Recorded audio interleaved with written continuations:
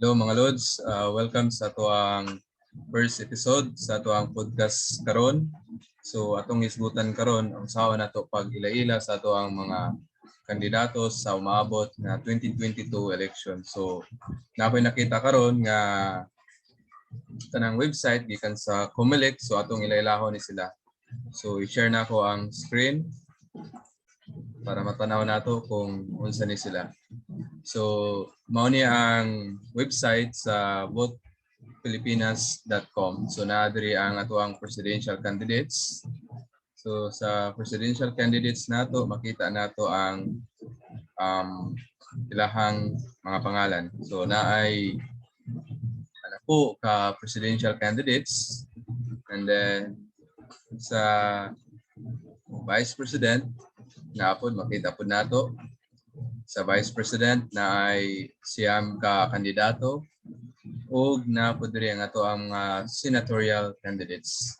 So sa senatorial candidates nato na po diri. So more or less mga kuan sila kabuok 64 ka kandidato. So karon atong isgutan ang ato ang presidential candidates. So especially kaning top 1 o top 2 si Bongbong Marcos o si Leni Robredo. So first, ato sang ilailahon ni sila. So atong i-click first si Bongbong Marcos. So naadiri ang iyahang partido, under siya sa Partido Federal ng Pilipinas. Unya naadiri ang iyang platform and policy, major accomplishments, actions and proceedings, statement of assets, liabilities, and net worth, campaign details, major donors, major advocacies, niya personal details. Now, sa personal details, tanaw nato kung unsay nakabutang siyang personal details when it comes sa iyang education. So, makita diri ang iyang education of work experience mo na ito ang tanawon karon. So, sa education, gitanaw ni siya ni-graduate siya sa secondary school, Ward School, England, 1970 to 1974. Niya, iyang work experience. So since arita magsugod, nahimo siyang Vice Governor sa Ilocos Norte, 1981 to 1983. Ilocos Norte Governor, pila ni siya ka-term? 2 ka-term, no? 1998, dili di ay. Taas-taas po din siya na governor, 1998 to 2007, 9 years, no? 9 years siya, and then 1983 to 1986, so almost 12 years ni siya nahimong Ilocos Norte governor. So karon ato ang check kung unsa man ang iyahang kalambuan nga nahimo sa Ilocos Norte. Nahimo ba ning number 1 sa tibuok Pilipinas as provinces, no? And then diri pod sa iyang pagka-congressman sa 2nd district sa Ilocos Norte, 2007 to 2010, 3 years, and then 1992 to 1995, 3 years. So around 6 years siya nahimong congressman. So tanawon po nato kung unsay mga achievements niya sa iyahang pagka congressman, no, 6 years. And then after that, 2010 to 2016, nahimo ni siyang senador. So tanawon po nato unsay mga balaod ngayang nabuhat during sa iyang pagka-senador.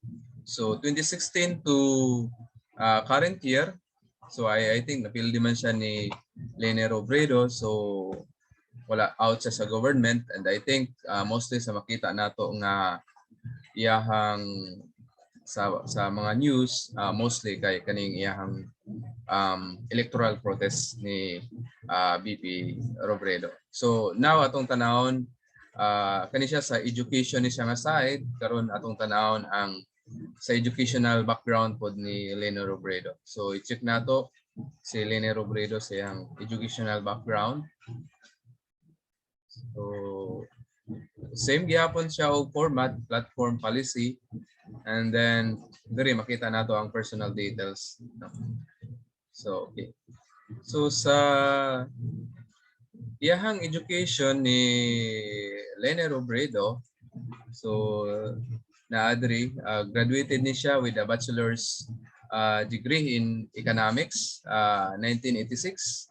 Unya ni proceed ni siya og pagka-abogado or abogada 1992 ni graduate sa University of Nueva Cáceres. And then after 1992 nakapasar siya og bar examination sa last 1996 and na-admit siya sa Philippine Bar Association 1997. So kung atong tanawon 4 years siya after siyang graduation sa pagka sa law, mao pa siya pagkapasar. So na yung mga balita nga second taker ni siya. So at least second taker siya ni proceed gyapon siya nga mo take sa bar exam.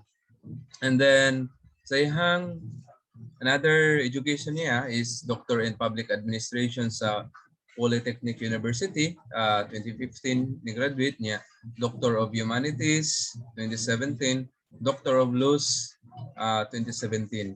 Sa work experience niya as a government, nagsugod ni siya sa government 2013 no, as congressman or representative sa 3rd District of Camarines Sur. So atong po ni-check unsay nahitabo or unsay nabuhat niya during sa kaning period 2013 to 2016 and then Vice President 2016 until this time. So ato pong tan-awon kung unsay performance ni Leni Robredo during this time. So mobalik ta sa ni Bongbong Marcos para tanawon nato ang ilahang mga major accomplishments.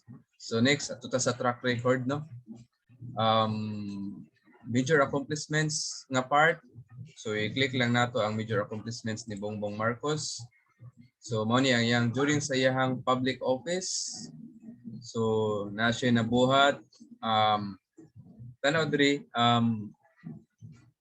naa siya 42 bills principally authored during his 2 terms. 2 terms man siya sa House of Representative no were passed into law, though some of the bills he filed ultimately contributed to the passage of laws that created na-create siya nga Department of Energy and National Youth Commission. So katong governor siya nga in which 12 years siya sa Ilocos Norte, Marcos occupied various executive positions in the local government of his family Baliwik in Ilocos Norte. So tanawon nato unsay naaba sa top 10 karon ang Ilocos Norte, medyo wala man na 12 years na, where he was tasked primarily to enforce laws and regulations and administer basic social services.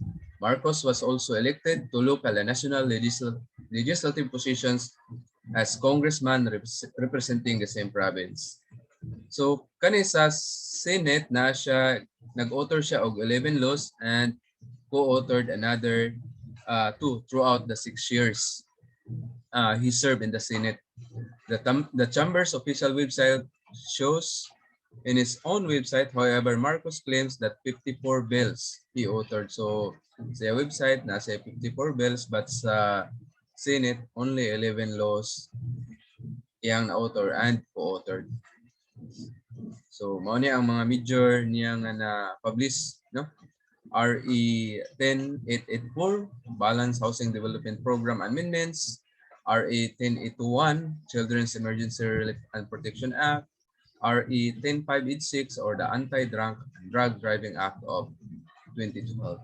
Then RE 10175 of the Crime Prevention Act of 2011. So mo ni ang accomplishments, major accomplishments ni Bongbong Marcos sa iyahang 15 years sa panggoberno gikan sa iyahang pagka-governor ngadto sa LGU padung ngadto sa legislative so sa Congress o sa Senate. Now atong tanawon pod ang accomplishments ni Leni Robredo.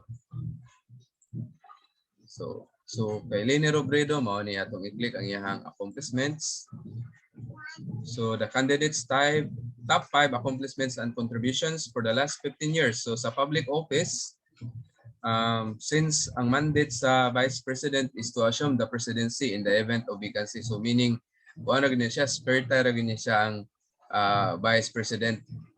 Robredo, however, has focused on implementing a multi-sectoral anti-poverty program, leading numerous relief operations and to frontliners Free teleconsultation services, mao nang i-konsulta niya karon. Handling logistics and manpower to transmit vaccine supply from the national government task force to local government units and vaccine expert sites in partnerships with LGU.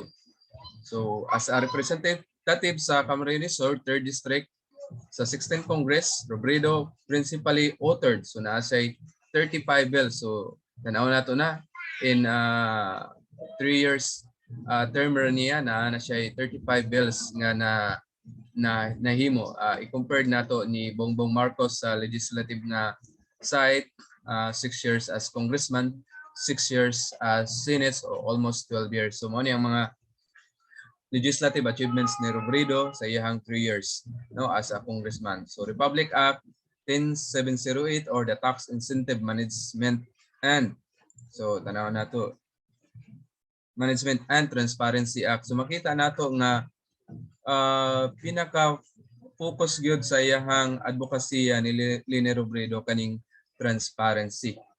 And then next ang kaning RE 10922 or the Economic and Financial Literacy Act. So nabalaod ni siya. So mo ni sa iyang pagka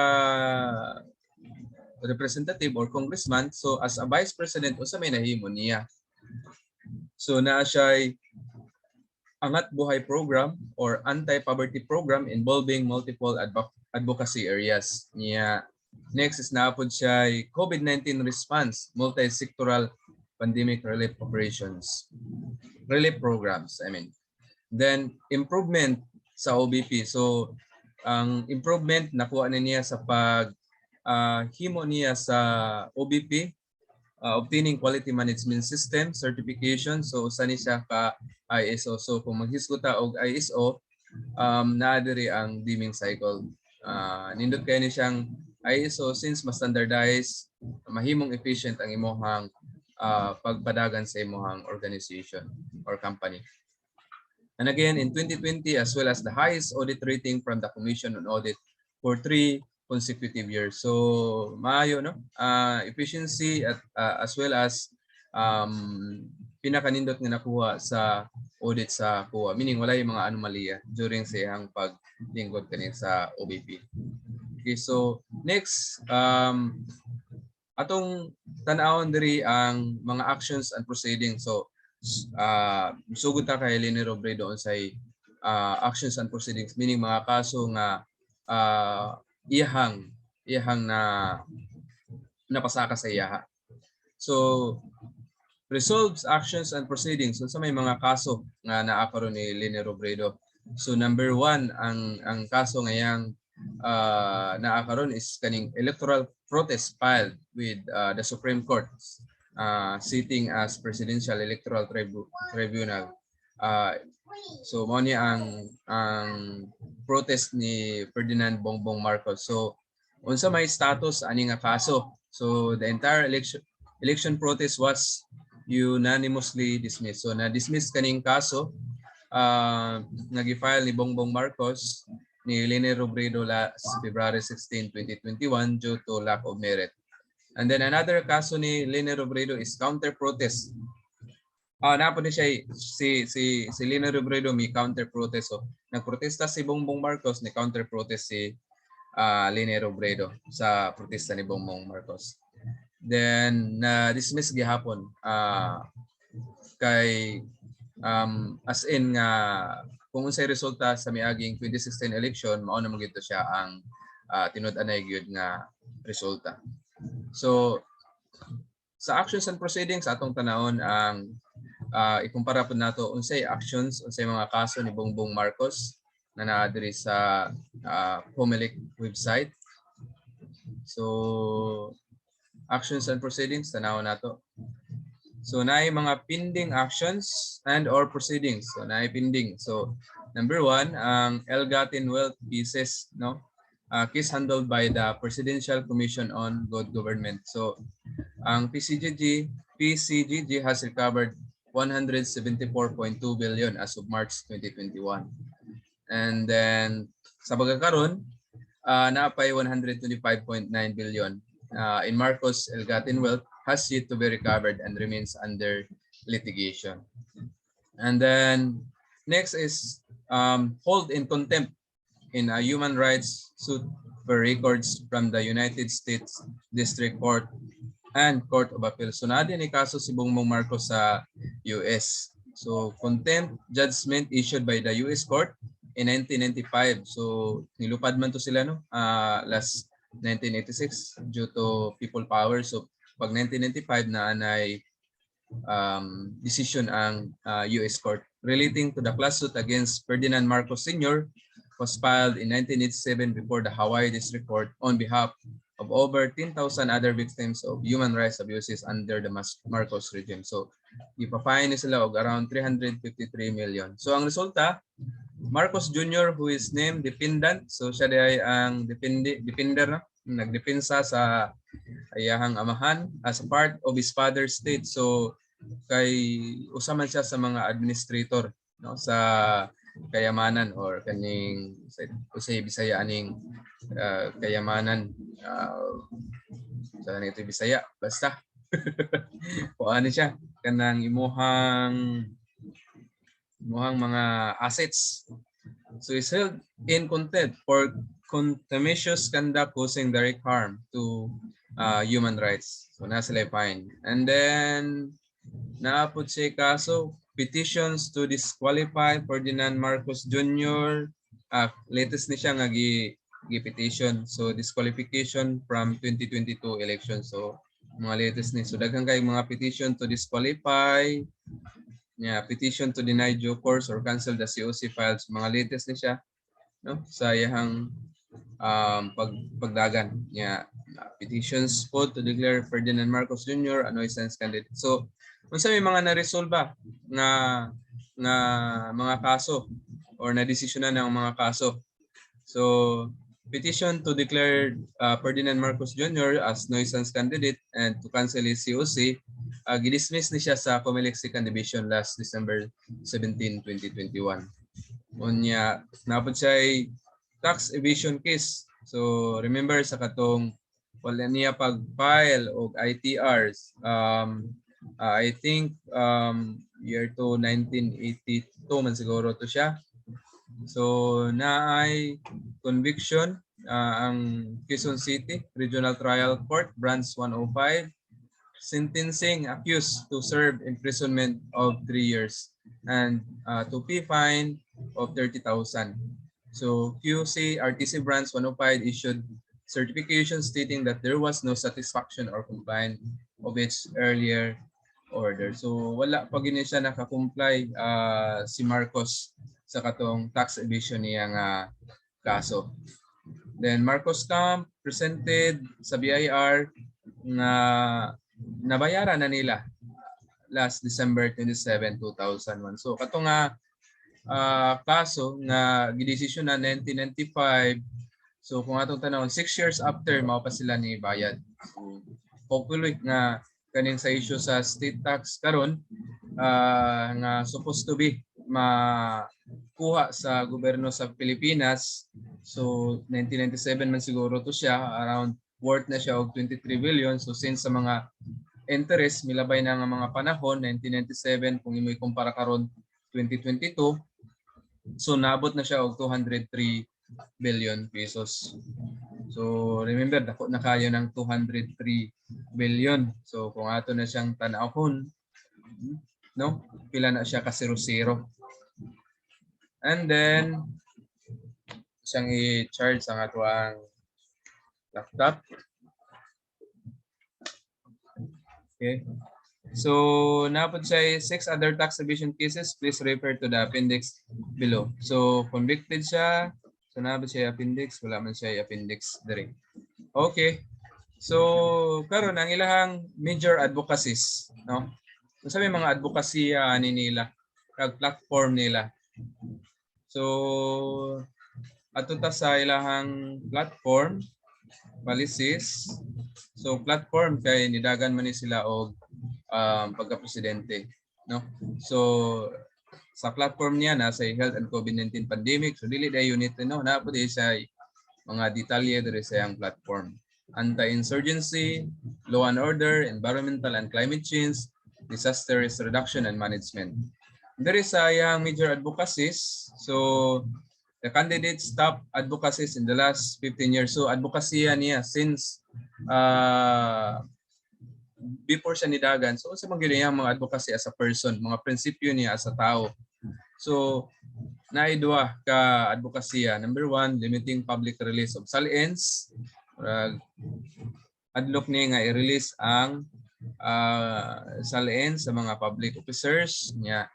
Iyahang Marcos legacy kadtong pag-push sa iyahang papa sa burial at dalibingan ng mga bayani. So na-accomplish niya last November 18, 2016. So now mo check ta unsay mga major advocacies or platform ni BP Robredo. Check na to dire. So sa iyahang platform and policy. So na siya 5 ka platform. Restore trust in government, boost strength of Philippine industries, end workplace discrimination, support small business, and support the unemployed and out of work. And then iyahang advocacies. So na siya advocacy regarding sa free legal assistance to indigent litigants or clients, improving transparency and accountability in governmental functions, promoting anti-political dynasty prohibitions, revisions, and overhaul flagship war on drugs. So mao ni siya yung mga free legal assistance to indigent litigants or clients. So nahimo siyang coordinator. So naana dahil siya, no? Sa iyang advocacy, nabuhat na dahil niya ang usa siya sa mga coordinator sa Saligan Bicol Chapter 1999 to 2012. Niya nahunong rin siya upon election as representative sa 3rd District. Niya improving transparency and accountability in governmental functions. So money napaksa niya ang balaod ng RE number 10708. Then promoting anti-political dynasty prohibitions, na naman din ni bill nga iyang gipasa pero I think until now wag yapon ni siya na aprobahi or wag yapon ni siya na postro siguro kay mostly sa to ang mga politiko under sa political dynasty. So hopefully na wag tanin political dynasty unya kaning makakita tawag mga maayo nga mga leaders diri sa ato ang nasod, dili lang tungod sa popularity, tungod sa apelyido, but kundi tungod sa track record sa ato ang mga future leaders. So Robredo was among the co-authors of House Bill number 3587 seeking to prohibit political dynasty. So tanaw ni nato ning House Bill number 3587, pwede man ni nato mag-google. She was also among the co-authors in the House of Representatives of RA number 10742 or the Sangguniang Kabataan Reform Act, which include the first anti-political dynasty restrictions for elected positions since 1987. So nindot ning iski karon kay dili na pwede no nga kung ikaw imong papa na sa kapitan or konsehal sa barangay, same apelyido, dili na pwede mo dakan tong bata. So I think mas nindot ni karon. So